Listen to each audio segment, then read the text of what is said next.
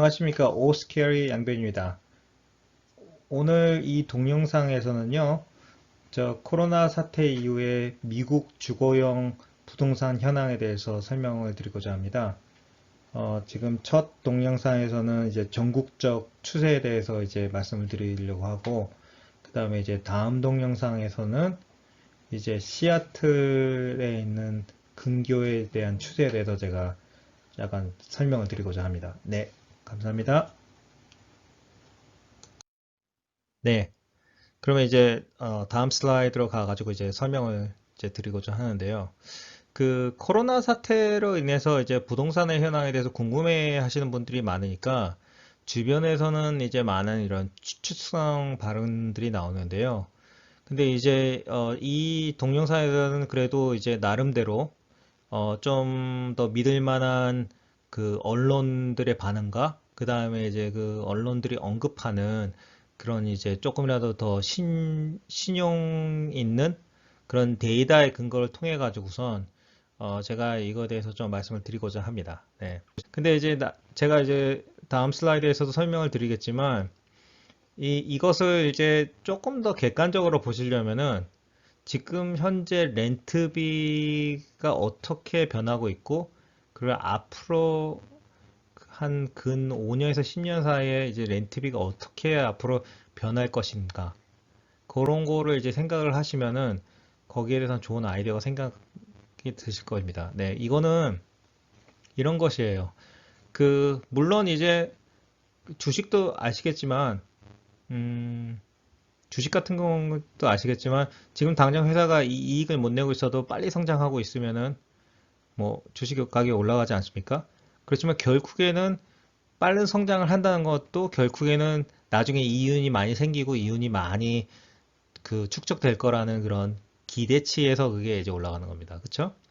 근데 이제 부동산 같은 경우는 특히 이제 렌트비가 그렇게 이게 막 꽁충꽁충 1년마다 막 20%, 30% 그런 데 찾는 것은 정말 정말 힘들기 때문에 이제 어느 정도 더 렌트비가 더 예측이 잘 되거든요. 근데 그때 기대치에 비해서 이 지금 사고 있는 부동산이 너무 비싸냐, 안 비싸냐, 그런 걸 한번 고민을 해보시면은 좀 더 객관적으로 이거에 대해서 생각을 하실 수 있을 것입니다. CNN의 최근에 나온 아티클을 보면은요, 뉴스에 나온 아티클 보면은, 팬데믹 프라이싱이라는 말을 씁니다. 근데 이 팬데믹 프라이싱이라는 거는 뭐, 이 CNN이 만든 말이 아니라, 이제 여기 부동산 관련된 업체에서 일하시는 종사자분들이 많이 이제 점점 많이 쓰신다고 하는데 그 말은 이제 결국에는 이제 팬데믹 코로나 사태로 인해서 가격의 영향을 받으면서 이제 가격 조정된 가격들 말을 하는 거죠. 근데 이제 조금 더 데이터 위주로 말씀을 드리자면은 이런 이제 줌퍼 같이 이렇게 아파트먼트 리스팅한 것을 보면은 4월 달에 비해서 5월 달에 주요 도시들, 그래서 뭐 버스턴이라든지 산호세라든지 샌프란시스코, 뉴욕 뭐 그런 데서 이제 한 6% 정도 렌트를 이렇게 조정해서 낮췄다고 합니다. 그러면 이제 그 6% 정도 낮췄는데 그러면 그게 무슨 말이냐?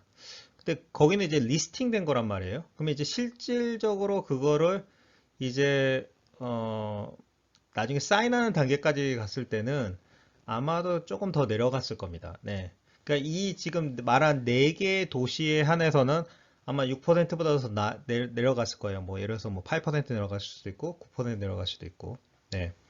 그래서 이제 이 스트리트에 있는 이렇게 그러니까 결국 이제 실질적으로 거래하시는 그런 이제 전문인들 늘 이제 여기 이 아티클에서 인용을 하는데 더 이게 많이 내려간 것에 대해서 예를 들어서 얘기를 하는 게 나오는데요. 근데 여기서 조심하실 건 뭐냐면은 이런 도시 안에서는 이 도시 안에서는 제일 많이 떨어지는 데가 제일 가격이 비싼 지역들입니다. 그러니까 럭셔리 컨도 있잖아요. 럭셔리 컨도나 아파트먼트 있는 곳이 가장 많이 떨어졌는데 제가 왜 이거에 대해서 말씀을 드리냐면은 어, 이제 너무 이제 사람들이 이제 코로나 사태가 나니까 뭐, 이렇게 렌트비 같은 거 횡재해가지고 팍팍 깎을 수 있나 뭐 그렇게 생각하실 수도 있는데 그런 기대치는 사실 저버리시는 게 좋고요.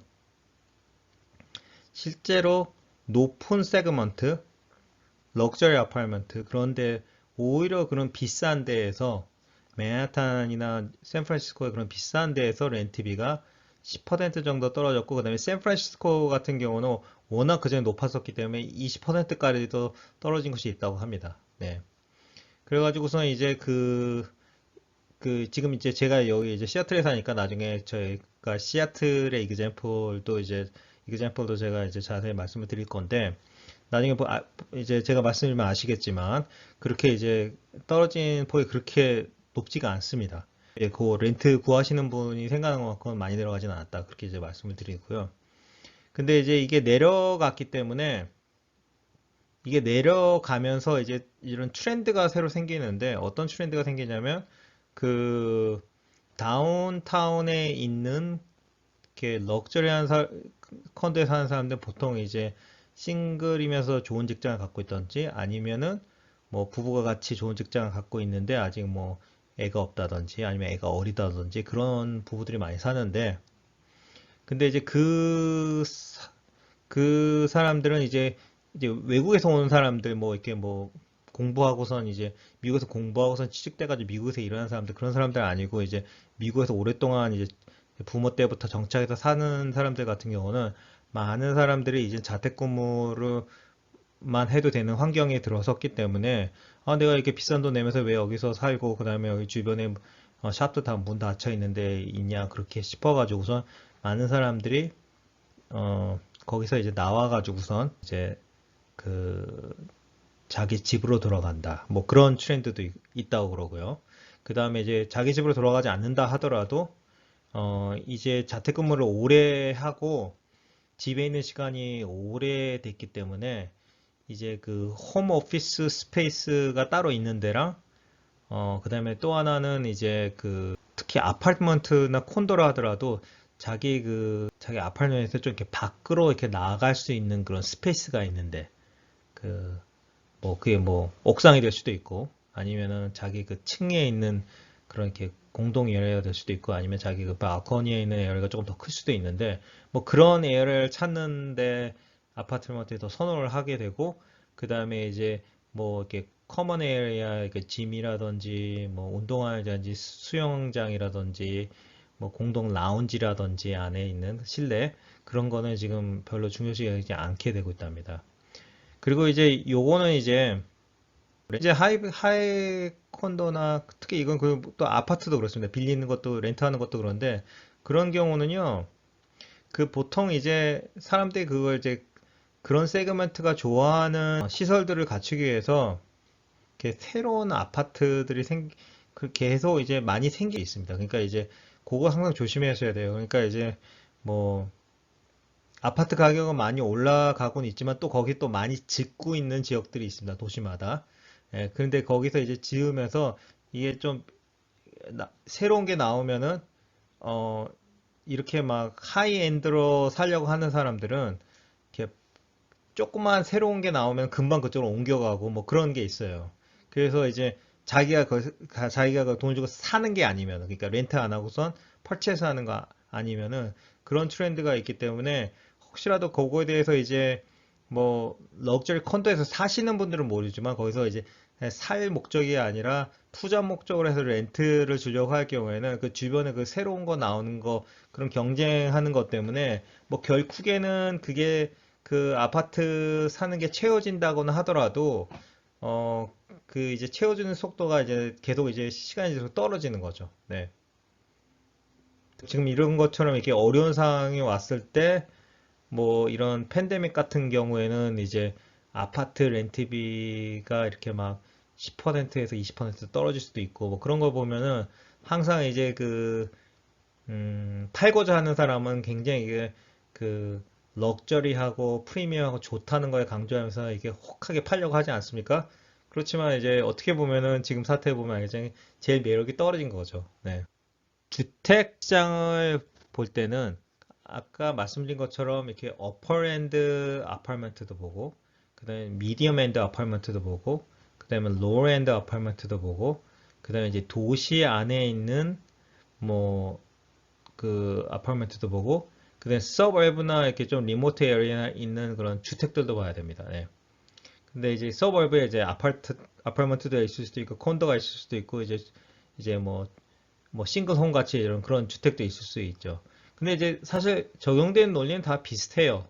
근데 그거를 생각하고선 생각하고선 구매나 렌트하는 사람이랑 생각하고선 팔고 렌트를 주는 사람이랑은 좀 차이가 많이 납니다. 예, 근데 이제 사자마자 이제 자기가 렌트를 줘야 되는 사람이라든지 살고 나서 이제 뭐 2년이나 뭐 5년 안에 팔 사람이라든지 그런 사람들은 이제 살 때부터 이걸 생각을 해야 되는 거죠, 사실은. 네. 근데 이제 이 코로나 사태가 있고 나서부터는 어퍼 엔드는 이제 가격이 많이 떨어졌다. 그 다음에 이제 미디엄 엔드는 제가 봤을 때는 그렇게 가격이 그렇게 큰 변동이 없고, 그리고 로우 엔드 같은 경우는 제가 보기엔 좀 도시마다 많이 다른 것 같아요. 근데 예를 들어서 우리 그 시애틀 같은 경우는 그 로우 엔드 하우징들이 타격을 많이 받고 있다고 합니다. 네. 그리고 CDN이야. 예, 지금 같은 경우는 이제 CD에 사는 게 매력이 많이 떨어지고 있죠. 그리고 이제 서버브랑 뭐 리모트한 에리어에서 이제 사는 게 더 매력이 더 올라가고 있고요. 예, 근데 이제 이거는 코로나 사태에 관련돼서 한 거지, 항상 이런 트렌드라는 건 아니랍니다. 네.